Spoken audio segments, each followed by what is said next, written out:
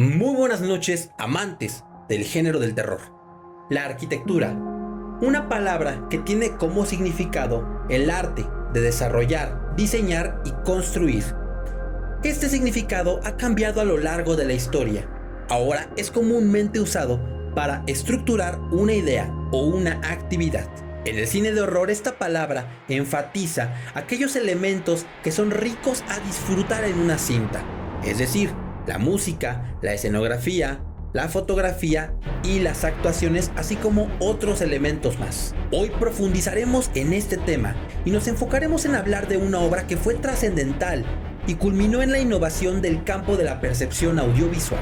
Esto era una cátedra que mezclaba los elementos anteriormente mencionados, y no solo eso, nos regalaba un sabor agridulce del factor psicológico. Quédate conmigo, que vamos a analizar la aclamada obra del maestro del suspenso, Alfred Hitchcock, Psicosis, de 1960. Arrancamos intro.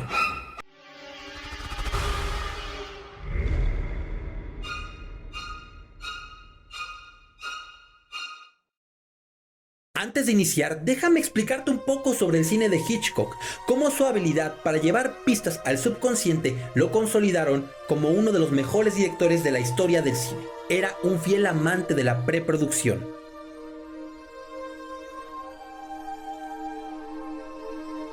Esta técnica la aprendió con el tiempo, ya que le tocó pasar por varias etapas de la historia del cine mudo al sonoro, así como también la creación del cine independiente. Y no solo eso, tuvo que trabajar con un director que a cada rato le estaba cambiando las ideas. Todo esto le dio experiencia y ayudó inclusive a que él diseñara sus propios bocetos para representar cada secuela de la escena. Estas tenían que seguirse al pie de la letra. Para Hitchcock, la forma es la narración de la historia y el fondo es el contenido. Un ejemplo de esto es la intriga y el misterio que usaba en cada una de sus películas. Estos los juntaba con el factor de la arquitectura y el entorno, pero para hacer que todo funcionase había que descomponerlos. El someter a todo acto de entendimiento a principios claros, sabios y necesarios era su filosofía, la filosofía kantiana. Esta fue alabada por varios cineastas a lo largo de la historia. Un ejemplo de ellos es Guillermo del Toro. La ejecución de los movimientos virtuosos con la cámara eran su sello característico. Representaba una concepción simbólica y pictórica en cada una de las escenas que él grababa. Muchas veces sus encuadres reflejaban el ver lo que el protagonista de la historia solamente veía. Esto era la clave de su éxito. Un ejemplo es la película de 1954, La ventana indiscreta, donde el espectador ve únicamente lo que Hitchcock quiere que veamos, la percepción del hombre en silla de ruedas. Algo peculiar en él era que en cada una de sus películas él contrataba a mujeres rubias. Esto parecía un fetiche del director, sin embargo, él se escudaba diciendo que el uso de las mujeres con tez clara cargaba de potencia y energía cada escena que él grababa. Hitchcock creía que los entornos y edificios se asemejaban a la psicología del personaje y a sus acciones. Esto tenía bastante sentido, ya que las tomas que él realizaba representaban un valor de amenaza para el espectador. Es decir, no siempre requería de personas para llenar el cuadro y representar este hecho. Con los espacios bastaba. La fórmula de Hitchcock consistía en tomar todos estos elementos y arrojarlos a la mezcladora. El resultado, el trauma y la sublimación. Con esto entendemos ahora su filosofía cinematográfica. El inocente contra el mundo. Ya que sabes esto, ahora sí, adentrémonos en la película.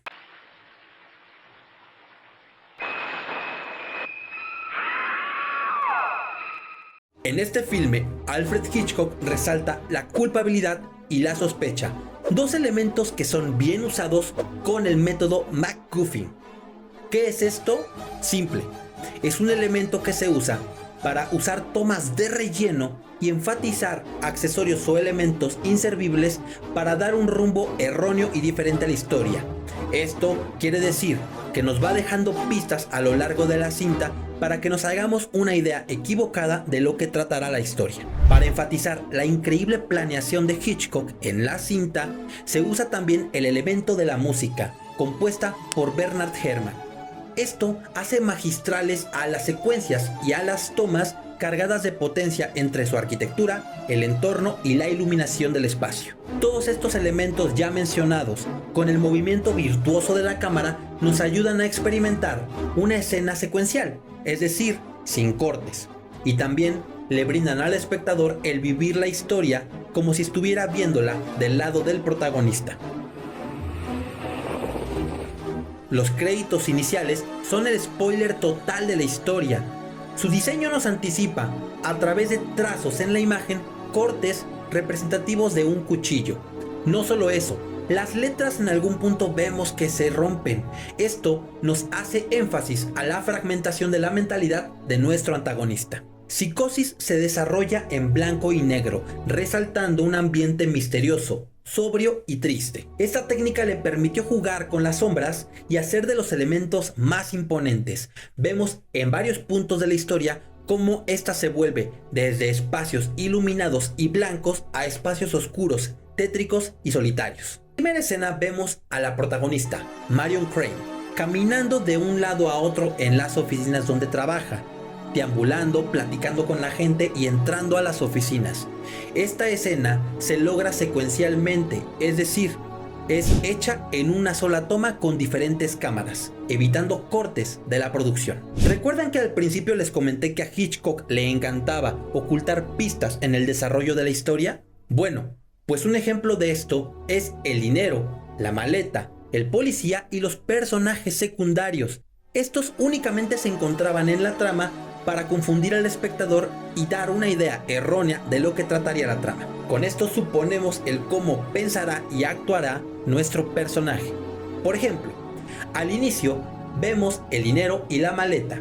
Suponemos que la historia entonces tratará de un crimen pasional. Sin embargo, en el desarrollo de la historia vemos que esto no es así. A esta estrategia se le conoce como transferencia, y más adelante te voy a contar por qué. En la escena donde Marion va manejando, Hitchcock nos revela el cambio de iluminación y el juego de sombras como lo mencioné anteriormente. Esta secuencia nos muestra cómo pasa de un día iluminado y soleado a una noche lluviosa y oscura. Cuando ella se pierde en la carretera y da con el hotel, la secuencia nos da a entender que la mujer ha desviado su camino, esta vez a un rumbo negativo y fatal.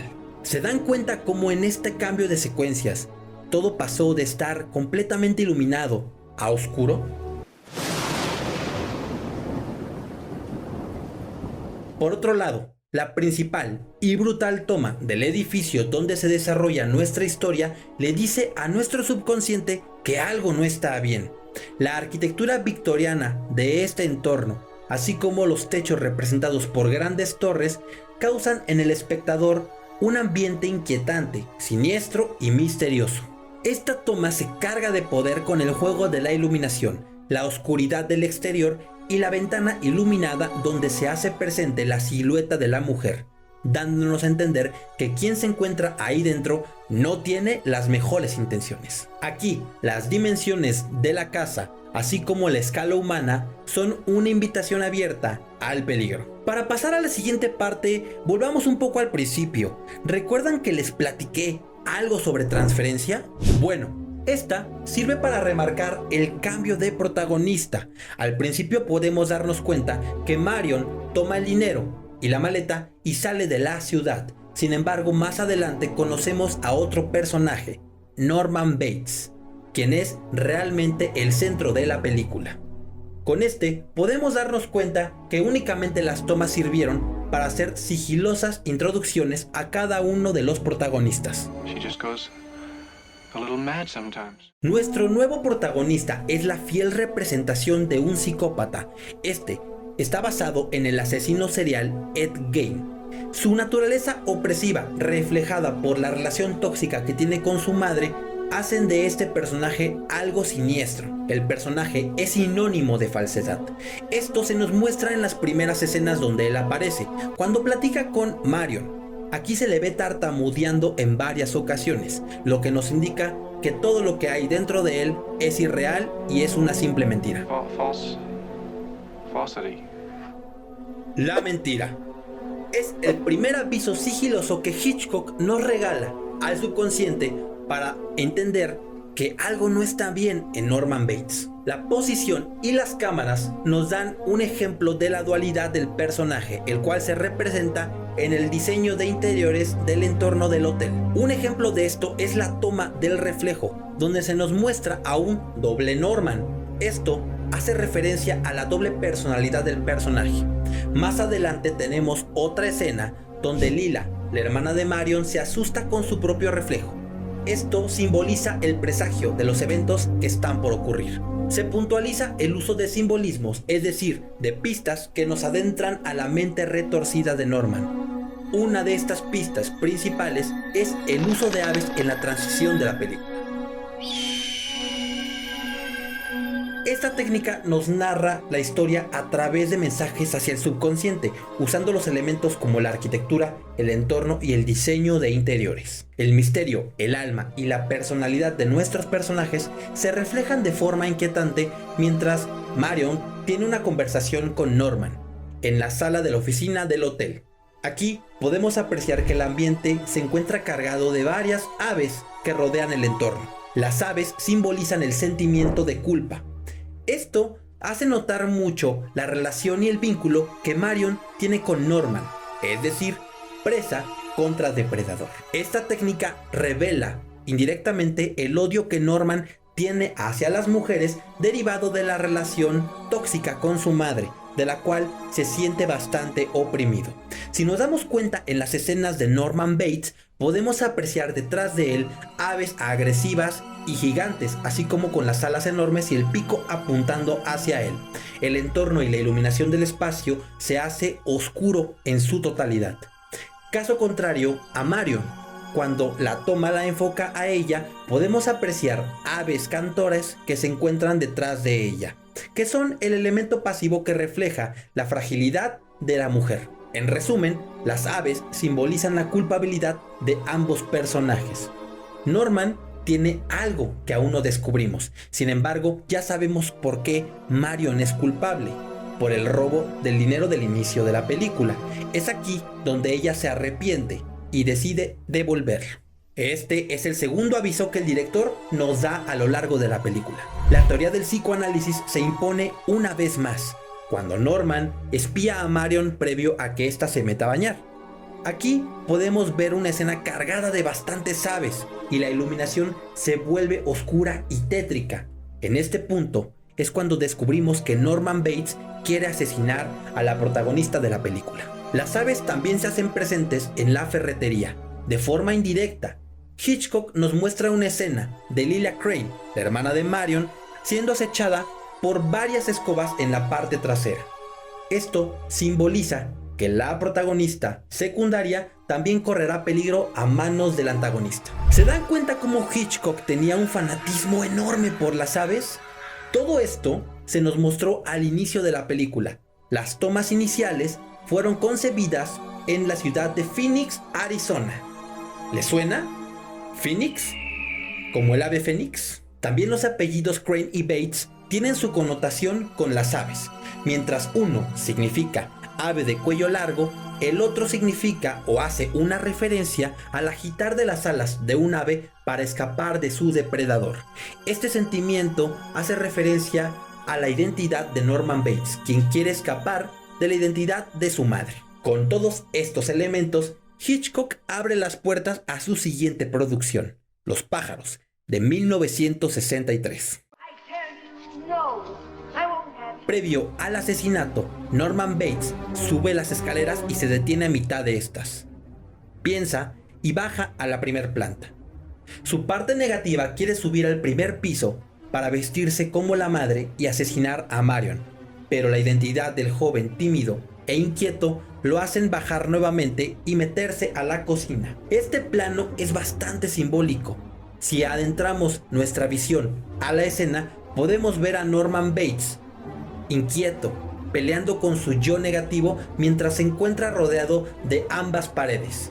y la iluminación hace que esta toma se vuelva un elemento magistral en el desarrollo de la historia. En otra toma, nuestro personaje sube las escaleras de un modo diferente, casi femenino.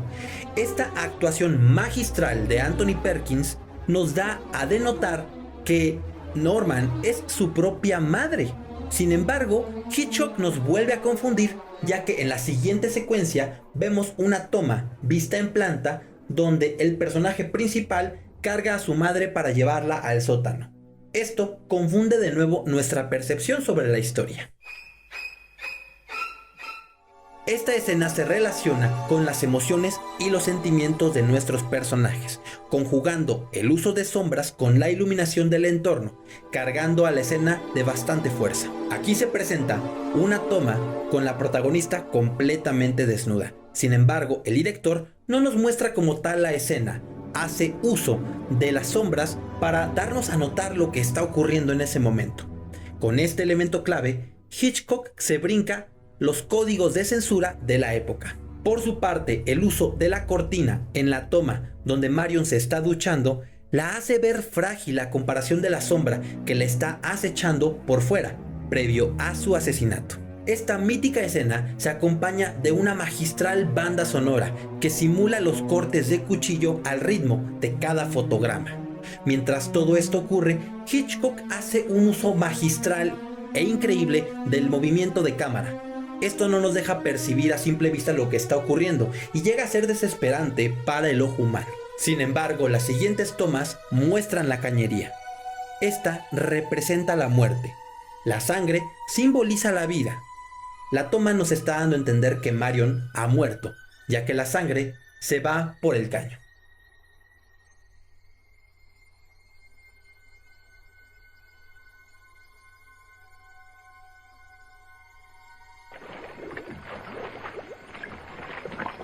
La escena subsecuente al asesinato es larga, bastante incómoda y sobre todo se lleva a cabo en silencio. Únicamente lo que nos brinca es el uso de la música, la cual acompaña a ritmo cada fotograma. Esto le da al espectador un tiempo para poder reflexionar sobre lo que ha pasado. ¿Ven esta toma? Es como si de una escena forense se tratase, ¿no lo creen? En esta toma vemos a Norman Bates batallando nuevamente con su personalidad. Y es aquí donde descubrimos que al final gana la personalidad de la madre. La toma finaliza cuando Norman desaparece el vehículo. Aquí nos damos cuenta con el juego de iluminación y de cámaras que Hitchcock usa bastantes sombras, como al principio de la película cuando Marion viene manejando en la carretera. Es ahora el ambiente que se le da al pantano, tétrico, oscuro y solitario. Este imponente recinto victoriano es el reflejo clave de la mentalidad de Norman Bates.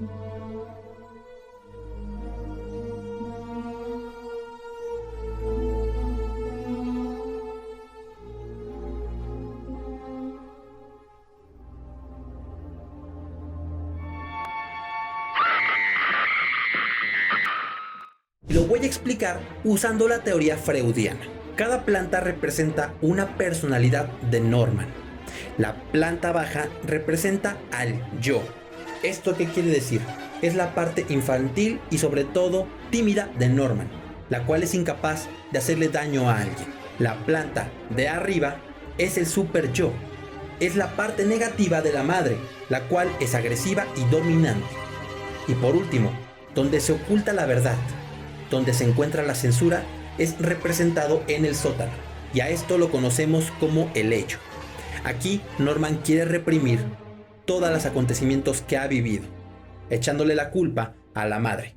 El sótano es la fiel representación de lo que él no quiere ver. Al descubrirse todos estos elementos, por fin llegamos a la conclusión épica, lo bastante obvio para el subconsciente pero no para nosotros. Lila Crane y Sam Loomis, es decir, la hermana y el amante de Marion, van en su búsqueda y encuentran a un Norman Bates perturbado. Este se vestía de su madre para cometer los crímenes. Nuestro antagonista se vestía de mujer para poder evadir la responsabilidad de sus crímenes.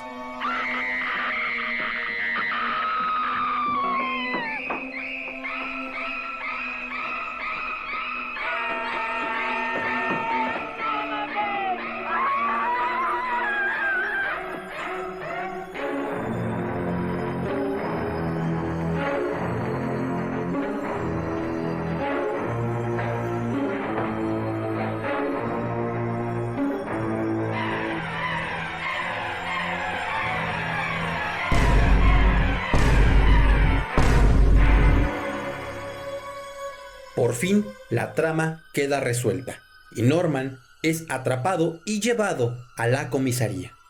La toma final nos muestra una sonrisa perturbadora e inquietante del personaje principal y a la vez el antagonista, interpretado por Anthony Perkins. Sin duda, Psicosis es una cinta emblemática que cambió la forma de hacer suspenso. Es un título que hace partícipe en muchos aspectos al subconsciente y tiene como objetivo atrapar y engañar al espectador. No esperes ver algo completamente gráfico.